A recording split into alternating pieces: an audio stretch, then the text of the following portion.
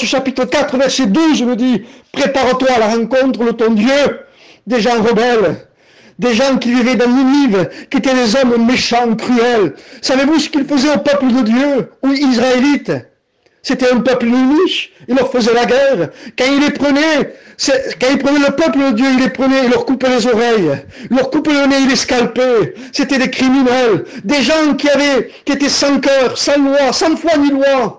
Mais je te dis une chose, quand ils ont entendu le message de la part de Dieu, encore 40 jours, et Ninive va être détruite, je t'invite à croire à la parole de Dieu. Ils se sont repentis. Ils se sont repentis, le roi s'est repenti, la nation entière s'est repentie, 120 000 personnes se sont repenties à travers un message de la part de Dieu. Savez-vous pourquoi ces hommes ont cru le message de la parole de Dieu? Même s'ils étaient méchants, savez-vous pourquoi au juste? Ces gens se sont rappelés que du temps de Noé, le déluge, le jugement divin, le jugement de Dieu a duré 40 jours et 40 nuits. Et ils savaient que pendant ces 40 jours et ces 40 nuits, Dieu a envoyé une pluie qui a inondé la terre entière, les hommes, les femmes, les enfants, les vieillards, les riches, les pauvres, chaque personne qui avait un souffle de vie, même jusqu'à l'animal. Certaines personnes n'ont pas pu se sauver parce qu'ils n'ont pas accepté le message qui était en ce temps-là, de rentrer dans l'arche, de rentrer dans la maison de Dieu, d'accepter le message de la parole de Dieu. Je t'invite à rentrer à l'intérieur de ton cœur et de croire que Jésus veut te sauver, il veut te délivrer, il veut te libérer, il veut que tu te réconcilies à Dieu. Est-ce que tu comprends réellement les temps qu'on vit? La Bible dit que tout passera. Tout passera. La seule chose qui demeurera, c'est la parole de Dieu. C'est-à-dire que tout ce qu'il y a sur la terre, tout ce que les yeux voient, tous nos projets, toute notre activité terrestre, mondaine, tous nos plaisirs que nous avons sur la terre, tout va passer. Tout ce que vos yeux verront, tout passera. Mais la seule chose qui demeurera, c'est la parole de Dieu. Il faut que tu acceptes la parole de Dieu. Il ne faut pas que tu t'habitues à écouter la parole de Dieu. Il faut que tu l'acceptes. On ne sait pas ni le jour ni l'heure. On ne connaît pas ni le jour ni l'heure. Ni les anges dans les cieux ne le savent. Ni le Fils, quand il était sur la terre, ne le savait. Mais seul le Père, le Dieu le Père sait. Le jour où il viendra chercher son Église, il viendra chercher ses enfants, ses fils. Vous savez, le monde dit, croyez en Dieu. Les hommes, des fois, disent, mon Dieu. Mais très peu de personnes disent, notre Père qui est aux cieux. Il y a besoin de dire, notre Père qui est aux cieux, parce que seul un fils peut dire cela. Et nous avons reçu l'esprit du Fils dans nos cœurs. Parce que nous pouvons crier, Abba, Père, viens nous chercher. Je vous dis une chose, je hâte, je désire de tout mon cœur que ma famille se sauve, que le monde entier se sauve. Mais je désire de tout mon cœur ne plus vivre sur cette terre. Je désire être emporté dans ce ciel de gloire et ne pas simplement voir une rue pavée d'or. Je ne veux pas simplement voir une mer de cristal. Je ne veux pas simplement voir les 24 anciens, les 24 vieillards. Ou les anges, ou les archanges, ou les chérubins, ou les séraphins, ou même Abraham, Isaac, Jacob, non, ou les grands hommes de Dieu. Je voudrais voir simplement Jésus en premier lieu, et le contempler. Savez-vous une chose? J'ai compris quelque chose. Que quand j'aurai rentré dans ce ciel de gloire, bien sûr qu'il est sur toute larme de mes yeux. Parce qu'il n'y aura plus de pleurs, il n'y aura plus de souffrance, il n'y aura plus de maladie, il n'y aura plus de deuil, plus de séparation, plus de divorce, plus de péché.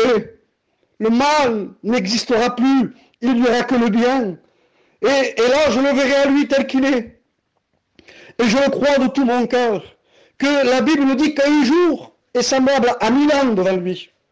Et 1000 ans comme un jour, je crois que je passerai des siècles et des siècles, et des siècles, et des siècles, en train de le contempler, en train de le regarder, parce que je le verrai encore, cet agneau immolé, je verrai encore ses plaies dans son corps, je verrai sa barbe arrachée, je verrai son côté transpercé, je verrai ses mains percées, ses pieds percés, je verrai cette couronne d'épines qu'il a pris, parce qu'il a accepté la malédiction pour nous bénir.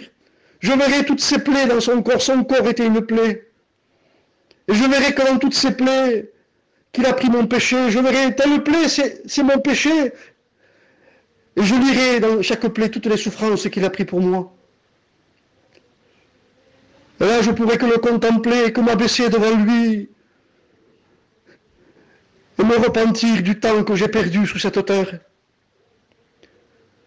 Si les hommes méchants qui vivaient à Ninive ont pu se repentir, je t'invite toi aussi à te repentir. Je t'invite pas à écouter un message, je t'invite à accepter la parole de Dieu.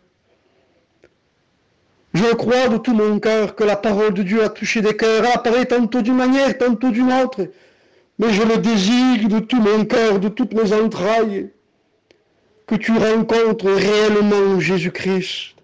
Ne rencontre pas une religion, ne t'habitue pas à écouter avec un téléphone des prédications. Merci, et Seigneur, pour cela. C'est le moyen, peut-être, pour toucher ton cœur dans cette soirée. Mais maintenant, lève ta tête. La Bible dit, levez vos têtes. Levez vos têtes, votre délivrance approche. Regardons à lui, contemplons-le lui, et cherchons que Dieu bénisse pleinement nos cœurs, nos vies, qui nous conduisent, qui nous dirigent dans toute sa vérité. Je terminerai comme cela. Si les Nénivites ont pu se repentir, je crois que vous pouvez vous repentir. Mais je ferai un appel aussi tout simplement très courtement. Si le message a pu passer de la part de Jonas, il a fallu que Jonas se repente aussi avant d'apporter le message. Il a fallu qu'il se repente devant Dieu. Pourquoi? Parce que Jonas avait fait des mauvais choix, avait pris des mauvaises décisions. Et des fois, des rétrogrades ont pris des mauvais choix. Des fois, des enfants de Dieu ont pris des mauvais choix. Des fois, des rétrogrades déclarés. Et des rétrogrades, je le dis, non déclarés ont fait des mauvais choix. Mais sache une chose, que celui qui a des oreilles entende ce que l'Esprit a à vous dire, il t'a laissé le temps de te repentir. Comme il a laissé le temps de se repentir à Jonas. Ne persiste pas, ne durcis pas ton cœur, ne continue pas à écouter et à dire plus tard, c'est pas pour moi, c'est pour l'autre, moi je n'y arrive pas, j'ai essayé, j'y arrive pas. Te dis, accepte Jésus, Jésus t'aime, Jésus t'aime, Jésus veut te délivrer, Jésus a payé ta condamnation. La Bible dit qu'il n'y a plus de condamnation pour ceux qui sont en Jésus-Christ. La Bible dit, qui accusera les élus de Dieu? C'est Dieu qui justifie. Donc je t'invite maintenant même à rentrer à l'intérieur de ton cœur et à lui demander pardon de tout ton cœur, toute ton âme, toute ta pensée, toute ta force, toutes tes entrailles.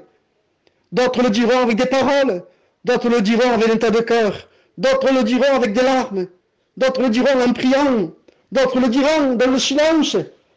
Mais peu importe, accepte Jésus dans cette soirée et que Dieu vous bénisse pleinement.